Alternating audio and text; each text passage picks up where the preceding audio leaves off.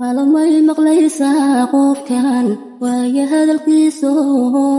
السلام عليكم ورحمة الله تعالى وبركاته سلودا asxaabtayda aad ku jeclahay meel kasta adduunka joogtaan wax kasta idin tahay wanaagsan meesha waxaa ku shubanay 4 xabo oo ukun ah waxaa ku darsanay bakeeri mugiis oo sokor ah waxaa kale oo ku darsanay bakeeri mugiis oo subag ah ama maxaa la sixin ama siliicadii ku darsan darteed bakeeri mugiis oo maxaa la waxaa ku darsanay oo caano ah iyo waxaan ku darsanay qaado oo waxaan ku darsanay baking powder ah caraf nooca haystid vanilla heel waxa haystid anaga heelaha ku darsanay bur ayaa ku darsanay hal koobna waxaa ku darsanay bocorkii shiidnaa burkiisa kadibna